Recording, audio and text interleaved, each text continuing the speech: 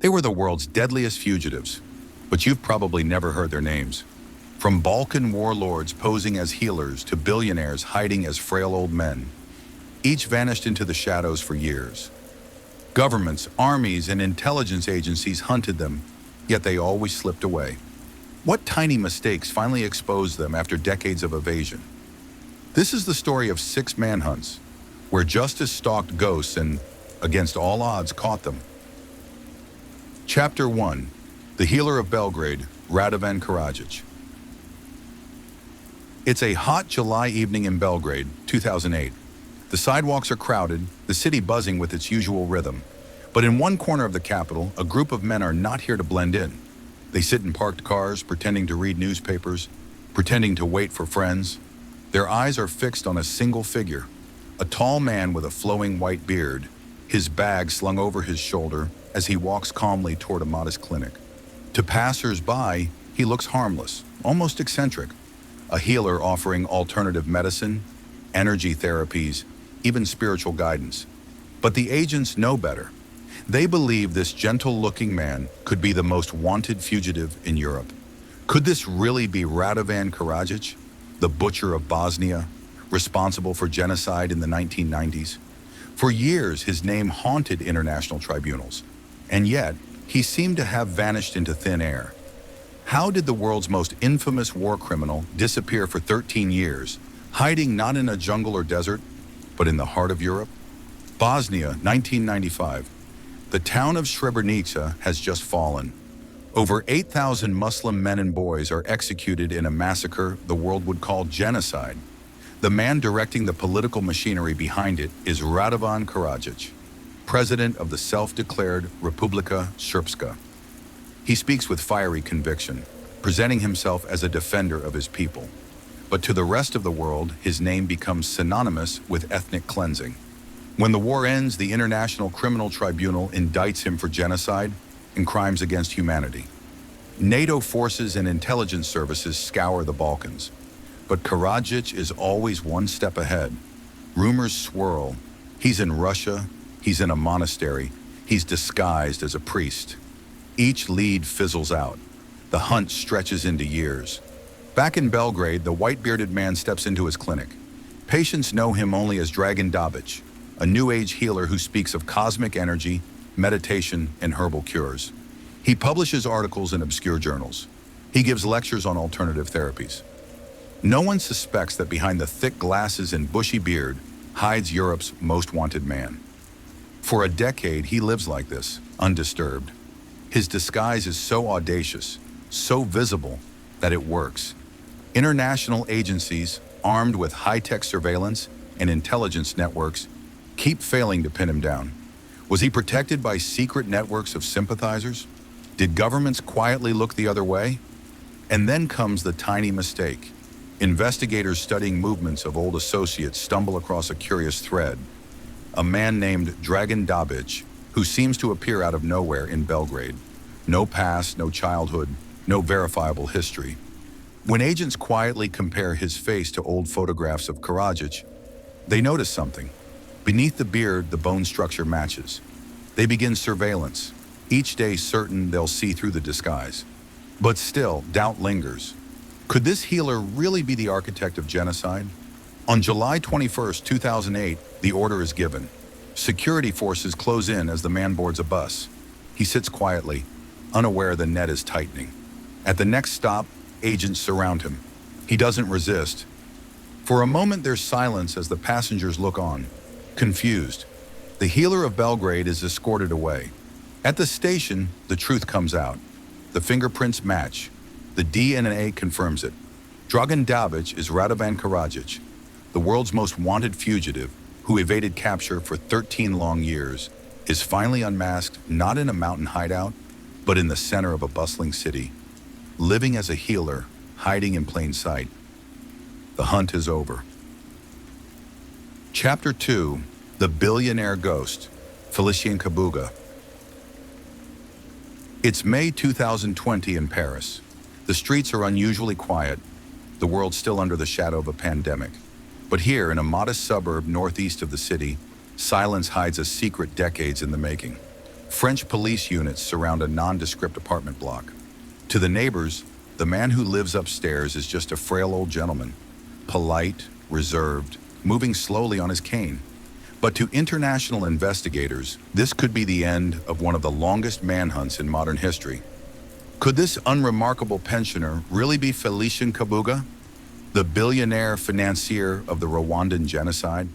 For 26 years, his name was whispered in the corridors of justice. Interpol, the FBI, and UN tribunals had all searched for him, and yet nothing. Every lead went cold. Rumors claimed he'd died long ago, buried in Africa, or hidden away by powerful friends. But tonight, French police believe they've cornered the ghost. Rwanda, 1994. The country descends into hell. In just 100 days, nearly 800,000 Tutsis and moderate Hutus are slaughtered. The killings are not spontaneous. They are organized, financed, and broadcast. At the heart of it all is Felician Kabuga. Once one of Rwanda's richest businessmen, Kabuga owned tea plantations, real estate, and import businesses. But when the genocide began, his fortune became a weapon. He imported hundreds of thousands of machetes, arming death squads. He bankrolled militias who hunted civilians. And he helped fund Radio Television Libre de Mille Collines, the notorious hate radio that incited mass killings, urging Hutus to cut down the tall trees. Kabuga didn't pick up a gun himself. He didn't need to. His money fueled the slaughter. When the genocide ended, Kabuga vanished. International prosecutors indicted him in 1997, but the hunt was already slipping into myth. Intelligence agencies suspected he was in Switzerland, then Kenya, then the Democratic Republic of Congo. Each time the trail went cold. For over 2 decades, the ghost eluded them. He allegedly lived under false names, protected by sympathizers and networks of allies. At one point, reports claimed he died of natural causes, his grave somewhere in Africa. Investigators were left chasing shadows. So how did he finally resurface in Paris, of all places? The breakthrough came from patient, methodical detective work. Investigators began to focus not on Kabuga himself, but on his family. His children had scattered across Europe, some living in France. Quiet surveillance began, tracking their movements, their contacts, their bank activity. Gradually, a picture emerged. Someone, an older man, kept appearing at addresses linked to the family. When French police compared the fragments, they realized the impossible. The dead man wasn't dead at all. Felician Kabuga had been hiding in plain sight, slipping from one relative's home to another, blending in as an aging immigrant. His disguise wasn't a beard or plastic surgery or a false identity in the wilderness. It was simply time itself. The world expected a powerful tycoon. No one was looking for a fragile old man shuffling up a stairwell. On May 16, 2020, police surrounded the building. At dawn, they moved in.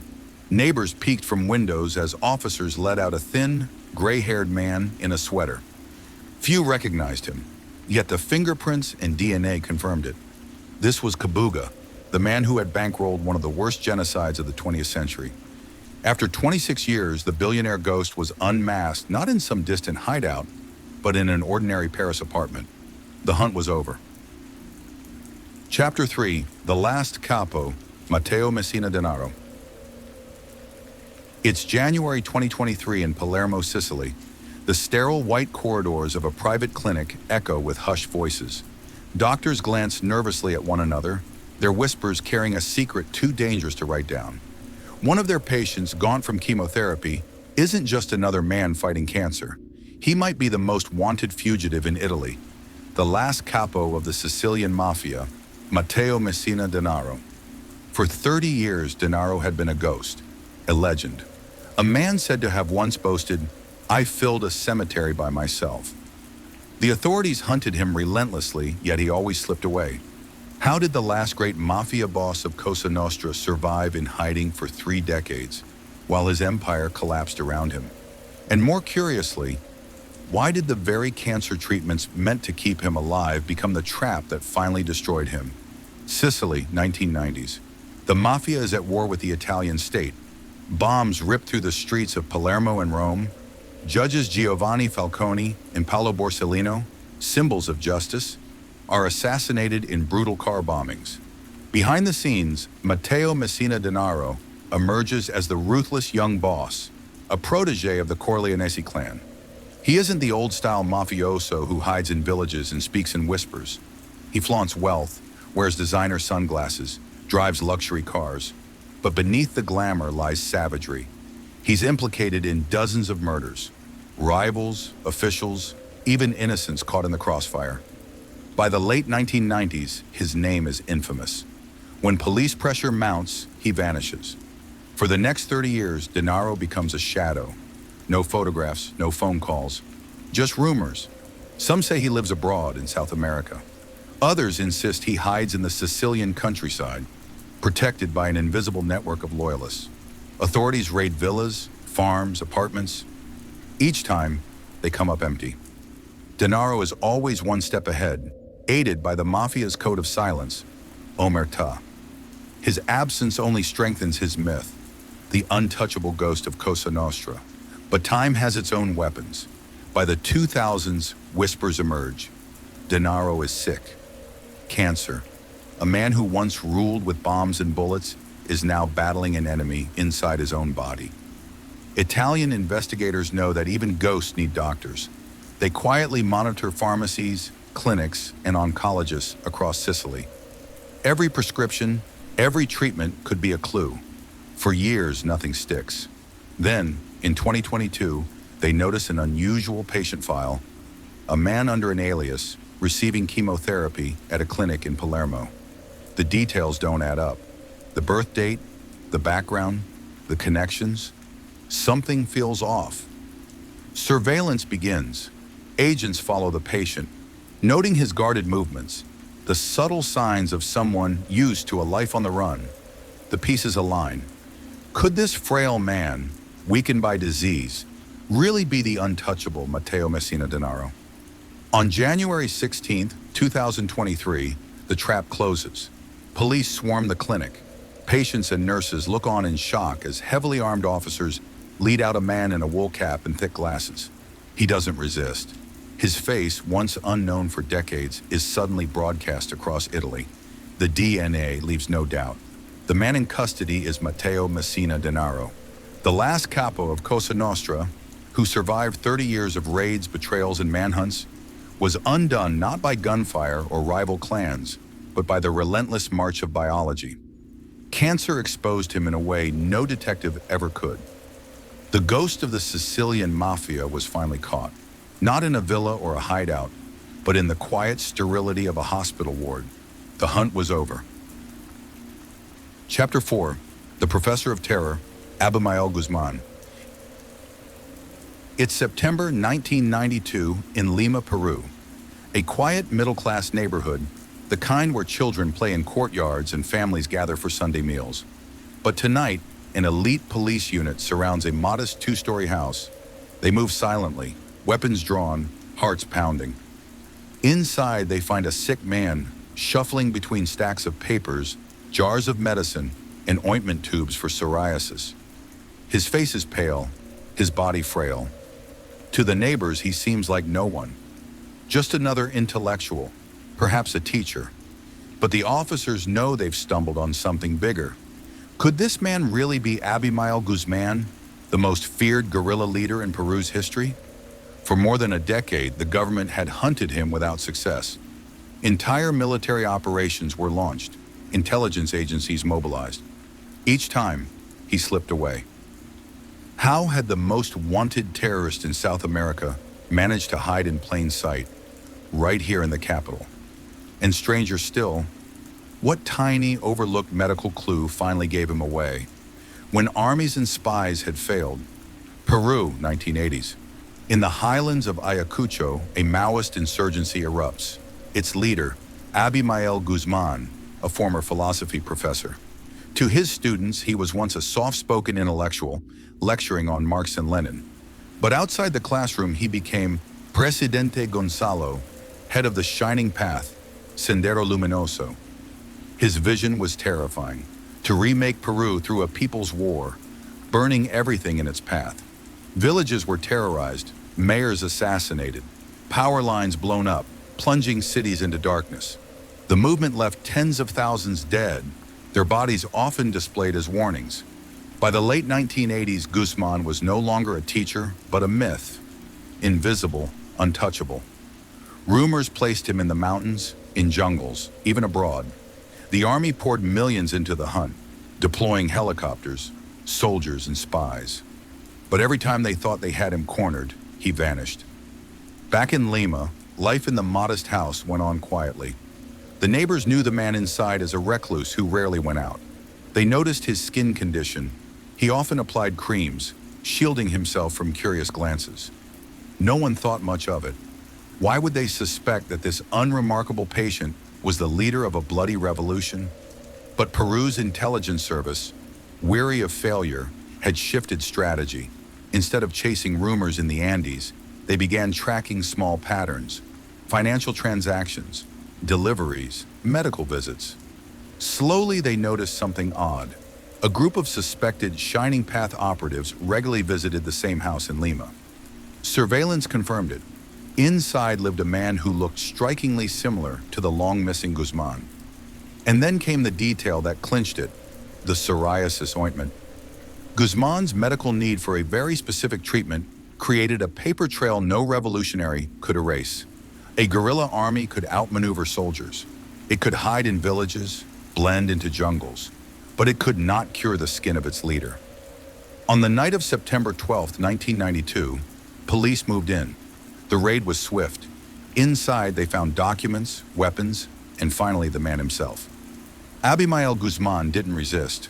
He was pulled from the shadows, no longer the fiery Presidente Gonzalo of myth, but a sick man in a simple room.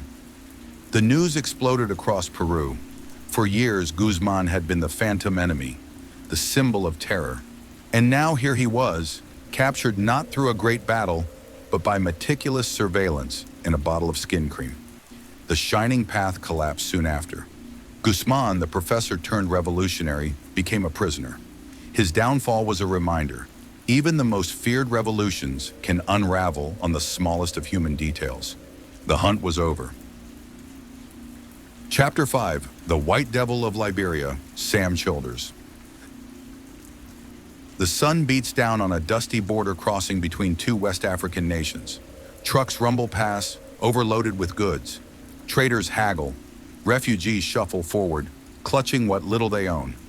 To most, it's another day in a forgotten corner of the world. But today, Interpol agents are in the crowd, watching carefully. Their eyes fix on a single man moving with casual ease. To the untrained eye, he looks like just another foreigner passing through. But whispers among locals tell a different story. They call him the White Devil, a mercenary accused of massacres, arms smuggling, and fueling Liberia's wars. Could this nondescript traveler really be the elusive American fugitive Interpol had hunted for years? For over a decade, his name had been shrouded in rumor.